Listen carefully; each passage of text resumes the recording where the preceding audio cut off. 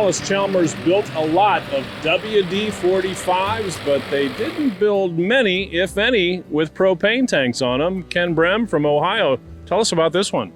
This one here, I think, was built by a job shop, and it had been converted to propane only. I cannot run gasoline in it. It runs strictly on propane. And I found it in a junkyard about 35 years ago. And I restored it and painted it and put it in the condition it's in now. And it's just a good, solid old tractor. It's a 1955. 1955. Do you think Allis had anything to do with putting the propane on it, or was that just all an outside deal? I think this particular tractor was done by an outside outfit. Allis did put propane on some of their tractors, but the ones they did, they had the propane on the front and the gas tank on the back where they could run it either way. This one would be run only on propane. And so what are some of the differences, maybe modifications that were made in the engine and the rest of the tractor to suit propane? Well, one thing is when I overhauled it, I had to put high-temp valves because it runs much hotter than a regular gas, and it's hotter than the diesel. This one here, you can go over there and check the oil right now, and it's probably been running 100 hours or more, just shows and stuff. I don't farm. And that oil's just as clean as the day I put it in there. Yeah, that propane burns clean, doesn't it? It burns real clean. It don't leave no messy. Well, when I dropped the pan on it, like I said, it's been in the junkyard for several years, and that oil was just as clean as what I put in when I got it overhauled. And how's it run these days now that you've got it put back together and looking good? It's running real good, and I have done a little bit of plowing with it, not a whole lot. And like I said, it's just a good, solid old tractor. Now, what's the deal with you and Allis Chalmers orange tractors? Why are you passionate about those? Well, I guess I'd have to say I've got orange in my blood. The day I was born, my mama rode a WC all day long, discing for my dad, and that night I was born. And they say that I've had orange blood in my body ever since that. So you didn't farm? Oh, well, I was born on a farm, and I farmed up until I had to go to town to make a living because the farm wasn't big enough for 3 or 4 kids, and so I had to go, make a living on the outside. But you didn't leave these tractors behind, did you? No, I did not leave these tractors behind, and I've enjoyed every minute of working on them, and like I said, I've done 99% of it myself. I go get them, bring them home, go over them, get them running.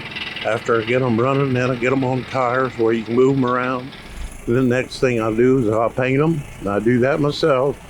And about the only thing that I don't do is I don't adjust valves very well by myself. I got to have my son or somebody help me adjust valves. So when you think back to 1955 and the Allis Chalmers WD-45, what do you think AC did right with this tractor? What do you think made it so popular? Well, for one thing, it's got a real quick governor on it. That's one thing. It's got the power shift wheels where it made it nice for, like at one time, it had a corn picker on. Well, you put a 2-row mounted corn picker, the wheels has got to go out. But then when you go plowing, the wheels have got to come back in. That can all be done by just loosening up 4 bolts. You don't have to take the wheels off or anything like that. And other than that, this is a narrow front end, which most of the tractors in this part of the country were narrow front ends. I mean, this part of the country was row crop, and so most of them was narrow front ends. And then it's a 4-cylinder engine. What kind of horsepower for this machine? I think they claim that 45 is supposed to be rated at 45, but I have seen them on down, not just the tractor, but I have seen them up to 48, 49 horse. I would say this is probably a good 45. Now, I know you brought 8 or 10 Allis Chalmers tractors here to this Franklin County Antique Machinery Show. This is their 25th anniversary. You've been here a couple years, haven't you? I've been here 25 years. Ever since he opened it up, I've been here every year. Why do you keep coming back? I enjoy it, and it's only about 20 miles from home, and this is pretty big farm country out in here where you have a pretty good output of tractors for the shows and things like that.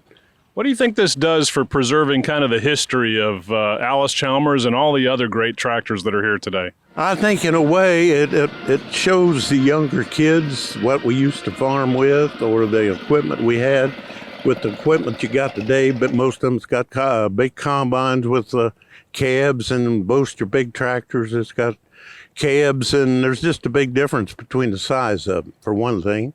And the second thing is I was born and raised on a farm, and the first tractor I drove was a WC 39 model, and they had to put blocks on the clutch pedal so that I was able to even stop it. Well, Ken, thanks for sharing the story of your propane-powered WD-45. Okay, thank you very much, and I appreciate you. Thanks for being here. And Ken Brehm from Hamilton, Ohio, he's got a propane-powered WD-45, orange in his blood his whole life. It's not going to be an end to that fever yet. Hey, thanks for catching Classic Tractor Fever.